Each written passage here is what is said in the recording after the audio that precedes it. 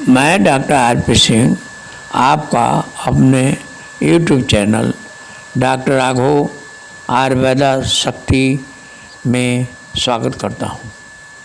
शरीर के किसी हिस्से का बढ़ना सूजन कहलाता है। शरीर के किसी हिस्से में बहुत ज़्यादा तरल बनने की वजह से सूजन होने लगती है। सूजन शरीर के किसी एक हिस्से या पूरे शरीर पर हो सकती है। कुछ लोगों को लंबे समय तक चलने या खड़े रहने की वजह से पैरों, खास तौर पर पैर के निचले हिस्से में सूजन महसूस होती है। सर्दी के मौसम में सूजन की समस्या सबसे अधिक होती है। सर्दी में शरीर के किसी एक हिस्से में सूजन होना आम बात है।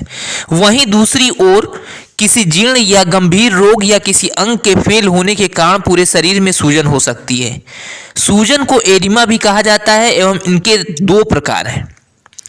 सूजन वाले हिस्से को दबाने पर उस पर निशान पड़ जाना या उसका काला पड़ना। सूजन वाले हिस्से को दबाने पर कोई निशान न पड़ना, ये दो प्रकार है। आयुर्वेद में सूजन को शोथ कहा गया है। आयुर्वेद के अनुसार किसी अंग के कार्य में रुकावट या बाधा आने की वजह से शरीर में सूजन आती है। सूजन के कुछ लक्षणों में शरीर में भारीपन और सूजन वाले हिस्से का रंग फीका पड़ना शामिल है। सूजन के इलाज के लिए आयुर्वेदिक उपचार में अभ्यंग यानी तेल मालिश की विधि, लेप, प्रभावित हिस्से पर औषधि लगाना और रक्त मोक्षण यानी दूषित रक्त निकालने की विधि की मदद से शरीर से अतिरिक्त दोष और विषाक्त पदार्थों को बाहर निकाल दिया जाता है। सूजन को कम करने के लिए अर्जुन, सोंठ, अरंडी, पुनर्वा जैसी जड़ी बूटियों का इस्तेमाल किया जाता है। सूजन को कम करने के लिए आयुर्वेदिक मिश्रण जैसे कि चंद्रप्रभा गुटिका, पुनर्वाशक, दसमूला रिष्ट और आरोग्य वर्धनी बटी असरकारी है। अपने दैनिक आहार में पुराने चावल, छाछ, अरबी, मूली और परवल को शामिल करें एवं अनुचित खाद्य पदार्थों जैसे मछली के साथ दूध का सेवन न करें। एडिमा की समस्या को खत्म करने के लिए सेक्स से दूर रहें और ज़्यादा देर तक चलने से बचें। सूजन के आयुर्वेदिक इलाज में पहला है अभ्यंग। अभ्यंग एक चिकित्सीय प्रक्रिया है जिसमें शरीर पर तेल को डाला एवं उससे मालिश की जाती है। ये शरीर के शिरोबिंदुओं को साफ करता है और शरीर के संवेदनशील बिंदुओं के बीच ऊर्जात्मक संतुलन पैदा करने में मदद करता है।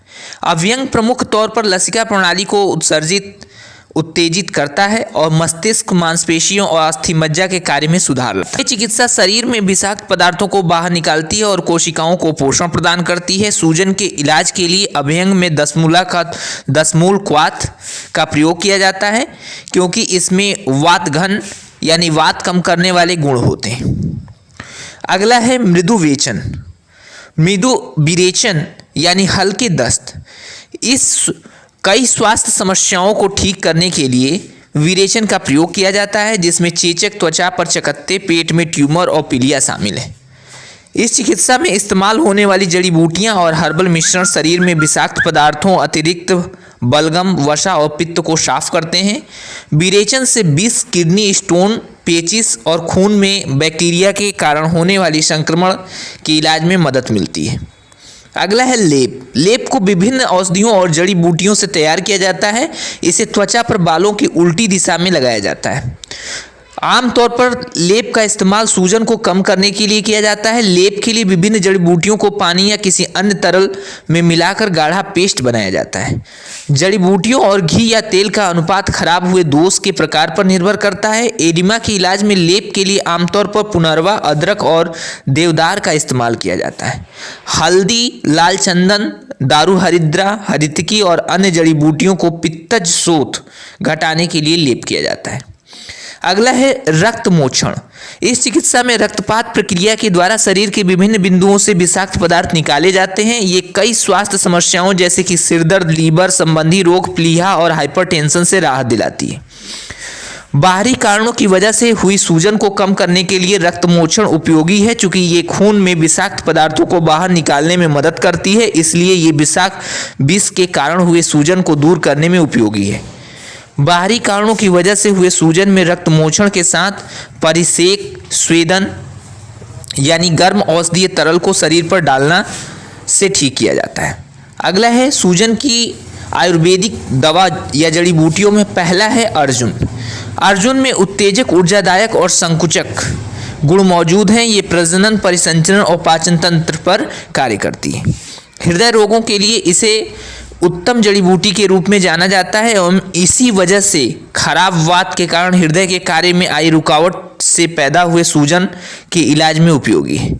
अर्जुन से सूजन, दाग धब्बों और घाव को ठीक किया जाता है। ये दस्त, एंजाइना, त्वचा विकार और अल्सर के इलाज में उपयोगी है। आप अर्जुन पाउडर को रस काढ़े के रूप में ले सकते हैं। अगला है पुनर्वा। पुनर्वा किडनी स्टोन के इलाज में इस्तेमाल होने वाली जड़ी बूटी है। ये कई स्वास्थ्य समस्याओं जैसे कि बवासीर, हृदय रोग, सूजन, त्वचा विकार, अस्थमा, सांप के काटने पर काम करती है। सांप या चूहे के काटने पर इसे लगाया जाता है एवं पुनर्वा इस स्थिति में सूजन को कम करती है। पुनर्वा की पत्ती का रस पीलिया के इलाज में उपयोगी है और इसकी जड़ का काढ़ा अंदरूनी सूजन के इलाज में मदद करती है। अगला है अदरक। औषधीय गुणों के कारण कई स्वास्थ्य समस्याओं के इलाज में इस जड़ी बूटी का इस्तेमाल किया जाता है। ताजी अदरक जुखाम, बुखार, अस्थमा, अपच, गले में खराश, लेरेंजाइटिस और दस्त के इलाज में उपयोगी है। सूखी अदरक या शुंठी को काली मिर्च या पिपली के साथ लेने पर यह वायुनाशक यानी पेट फूलने की समस्या को कम करती है और जुलाब, रेचक कार्य करती है। दर्द निवारक और सूजन रोधी गुणों के कारण अदरक सूजन को कम करने में उपयोगी है। ये कब्ज, पेट फूलने, दांत में दर्द, अल्सर, मूत्र असंयमिता, उन्माद और अर्थराइटिस के इलाज में असरकारी है।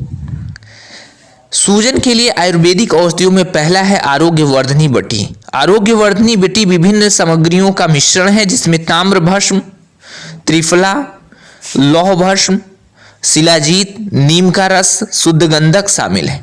ये औषधीय दोषों के लिए संतुलन लाकर संपूर्ण सेहत में सुधार लाती है। आयुर्वेद के अनुसार ये औषधि त्वचा विकारों को ठीक करने और दोष के खराब होने के कारण हुए बुखार के इलाज में मदद करती है। इस मिश्रण में हृदय, दीपन, पाचन और मेदोनाशक गुण मौजूद होते हैं। आरोग्यवर्धनी बटी कोलेस्ट्रॉल के जमाव को घटाती है। ये शरीर की नाड़ियों के बीच संतुलन लाती है और शरीर से विषाक्त पदार्थों को बाहर निकालती है। इसलिए ये दोषों के बीच संतुलन और विषाक्त पदार्थों के कारण हुई सूजन के इलाज में मदद करती है। अगला है चंद्रप्रभा गुटिका। चंद्रप्रभा गुटिका का आयुर्वेदिक मिश्रण है जिसे 42 जड़ी बूटियों से तैयार किया गया है। इसमें त्रिकटु, पिपली, मरीच, भृंगराज, सेंधा नमक, शिलाजीत शामिल है। ये औषधि कई रोगों जैसे कि मूत्र मार्ग में संक्रमण, मूत्र असंयमिता, धातु रोग, डिस्यूरिया, डायबिटीज, सूजन के इलाज में उपयोगी है। अगला है पुनर्वासव। इसे गुड़ूची, नीम, अरंडी, चीनी, शहद, किशमिश और 23 अन्य सामग्रियों से तैयार किया जाता है। ये औषधि बुखार, लीवर और प्लीहा रोगों, जलसोत और सूजन के इलाज में उपयोगी हैं। अगला है दसमूला रिष्ट। दसमूला रिष्ट को 65 सामग्रियों से बनाया गया है जिसमें दसमूल, शहद, गुड़ूची, हरिद्रा, गुड़, किशमिश, मुस्ता, अश्वगंधा और अमलकी शामिल है।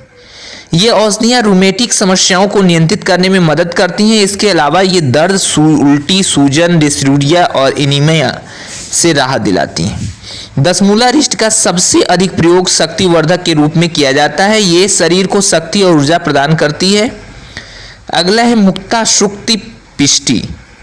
मुक्ता शुक्ति पिष्टी ये एक हर्बल मिश्रण है जिसे शौक्तिक और मौस्तिक पिष्टी से बनाया गया है। ये औषधि दोषों, खास तौर पर वात और पित्त दोष को संतुलित करने में मदद करती है। मुक्ता शुक्ति पिष्टी से ममसा, रक्त और अस्थि धातु को मजबूती मिलती है। इस प्रकार शरीर को ताकत मिलती है। सन स्ट्रोक, सिरदर्द और जलन महसूस होने पर इसका इस्तेमाल किया जाता है। अगला है मंडूर भस्म। मंडूर भस्म को आयरन ऑक्साइड से तैयार किया गया है। सिरोसिस, ड्रॉपसी, सूजन, फैटी लीवर, एनीमिया और पीलिया के इलाज में प्रमुख तौर पर इस औषधि का इस्तेमाल किया जाता है। ये लीवर रोगों के इलाज में प्रभावी है और पित्त शोथ को कम करने में मदद करती है। आयुर्वेद के अनुसार सूजन होने पर क्या करना चाहिए और क्या नहीं करना चाहिए, तो अपने दैनिक जीवन आहार में पुराने चावल, कुल्थी, जौ, मूली, अरबी की पत्तियां, मुद्रा यानी मूंग दाल, छाछ, करकोटकी, तोरई की पत्ती, अमलकी की पपड़ी, रसना की जड़ और दूध को शामिल करें। और क्या नहीं करना चाहिए में अनुचित खाद्य पदार्थ जैसे कि मछली के साथ दूध न लें, दिन के समय न सोएं, प्राकृतिक इच्छाओं जैसे पेशाब को रोके नहीं, ज़्यादा दूर तक न चलें, ताज़ा कटा हुआ अनाज, सूखी सब्जियां, नमक या दही न खाएं, भारी दवाओं का सेवन न करें, वाइन न पिएं और सेक्स करने से भी बचें। धन्यवाद।